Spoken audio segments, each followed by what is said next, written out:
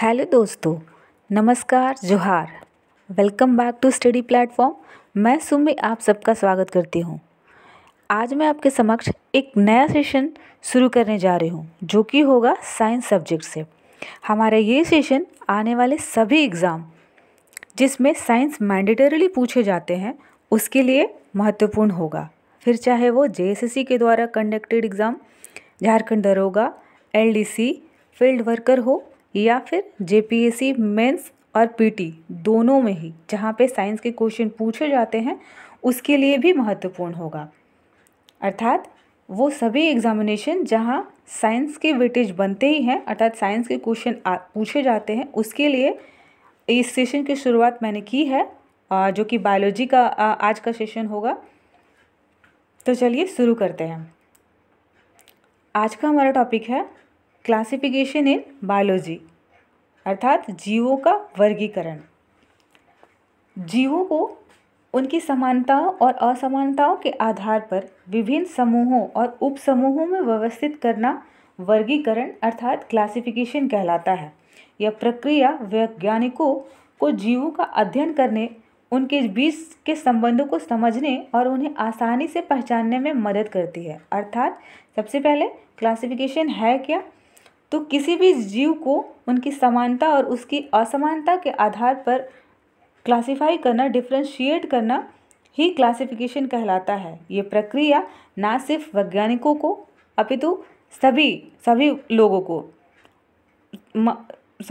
को क्लासिफिकेशन करने में, जीवों के बीच क्या संबंध है उनके बारे में समझने और जानने में, पहचानने में मदद करती है। सर्वप्रथम जीवों का वर्गीकरण अरस्तु द्वारा किया गया था, जिन्होंने जीवों का जो वर्गीकरण किया, जीवों को दो भागों में वर्गीकृत किया, जानवर और पौधों के रूप में। अरस्तु के द्वारा ये जो वर्गीकरण किया गया जीवों के सरल शारीरिक विशेषताओं के आधार पर किया गया था। ठीक है।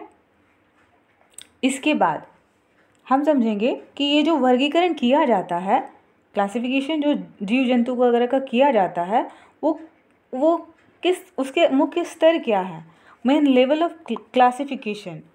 जीवों को हायरार्किकल तरीके पदानुक्रमित से वर्गीकृत किया जाता है, जिसमें सबसे बड़ा समूह किंगडम होता है और सबसे छोटा समूह जो होता है वो स्पीसीज होता है।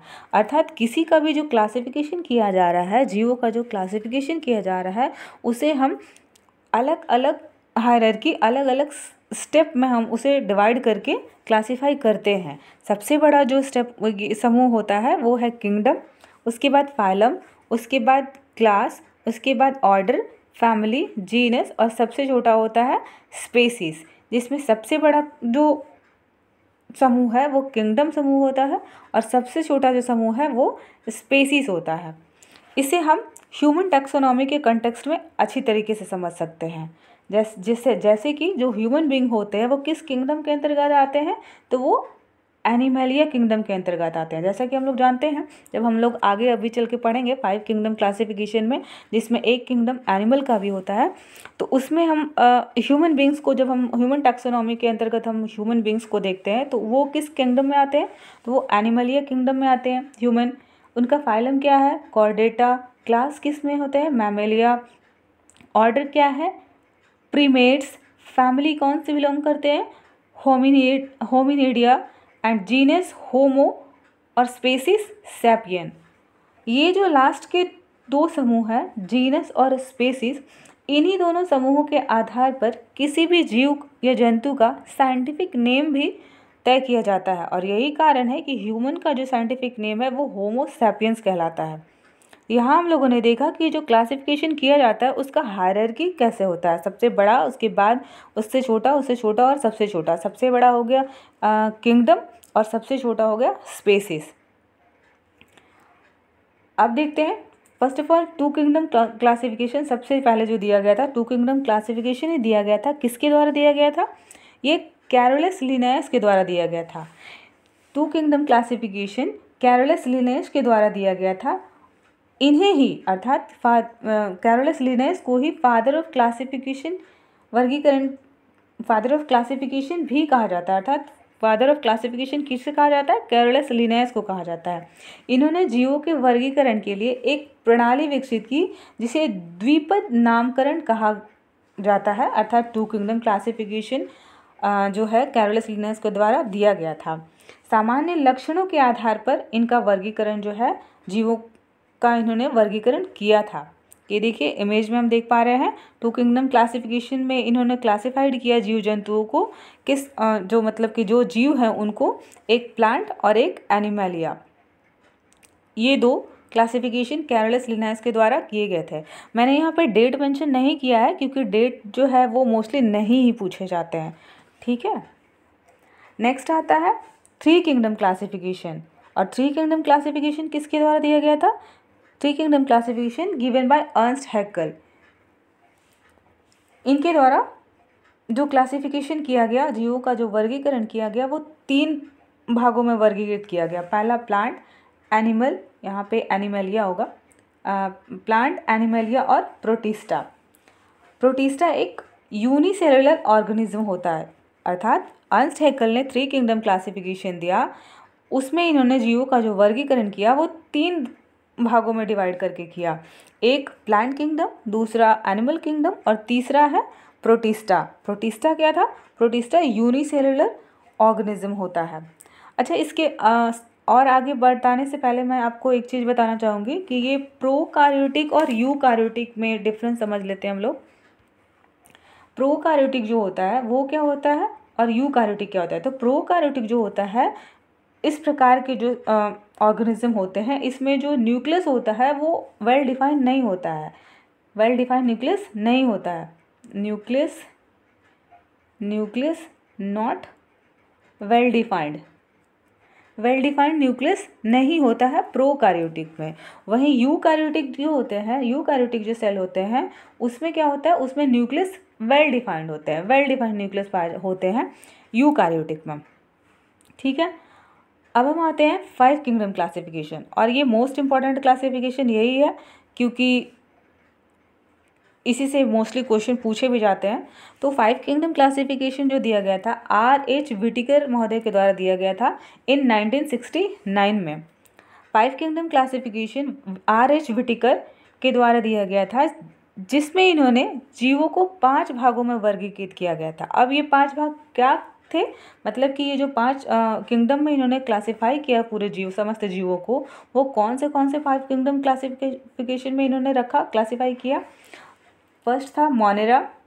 मोनेरा जो यूनिसेलुलर प्रोकार्योट होता है, यूनिसेलुलर यानी कि एक सेल, एक कोशिकीय जीव, और प्रोकार्योटिक जिसमें न्यूक्लियस वेल डिफाइंड नहीं होते हैं, ठीक है। दूसरा किंगडम प्रोटिस्टा। प्रोटिस्टा क्या था? वो यूनिसेलुलर और यूकार्योटिक जीव जो होते हैं, जो वैसे जीव जिसमें एक सेल यूनिसेलुलर है और वो यूकार्योटिक है, अर्थात उसमें न्यूक्लियस जो है वो वेल डिफाइंड है, उसको प्रोटिस्टा जगत के अंदर रखा गया।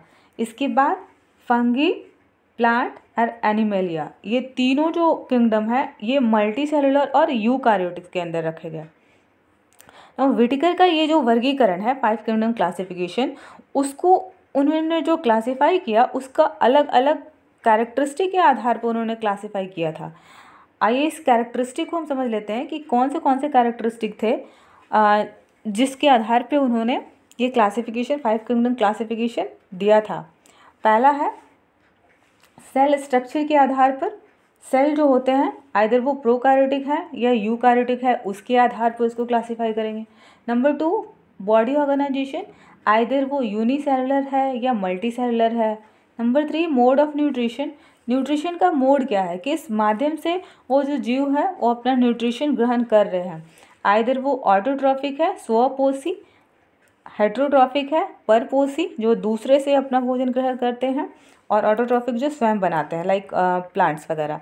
And third one is saprophytic. Saprophytic मृत्युजीवी जो डेड डिके पे सर्वाइव करते हैं उसको बोला जाता है। एंड फोर्थ जो कैरेक्टरिस्टिक था फाइव किंगडम क्लासिफिकेशन का वो था रिप्रोडक्शन। रिप्रोडक्शन के कौन से टाइप्स होंगे क्लासिफाई करने के लिए?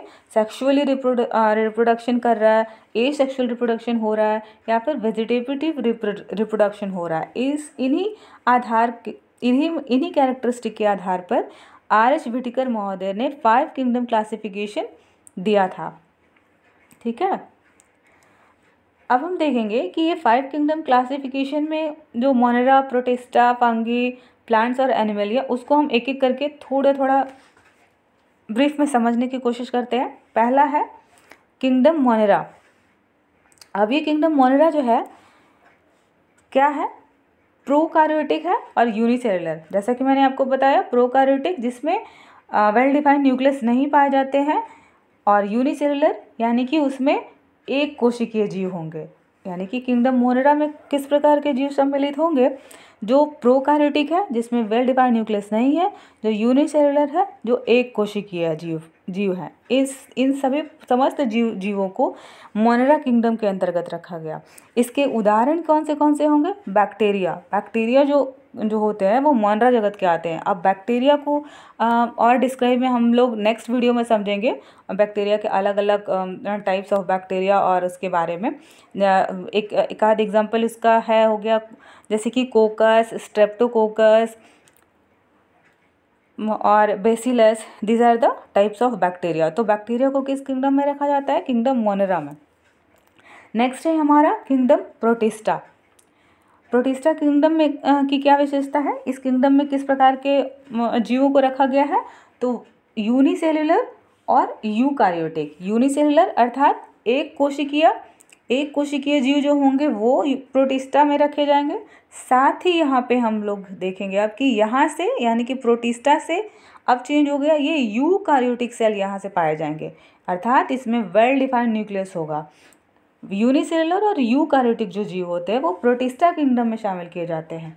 इसके एग्जाम्पल्स में है अमीबा, पैरामेशियम और कुछ अन्य बहुकोशिकीय मल्टीसेलुलर जीव शामिल होते हैं प्रोटिस्टा किंगडम में।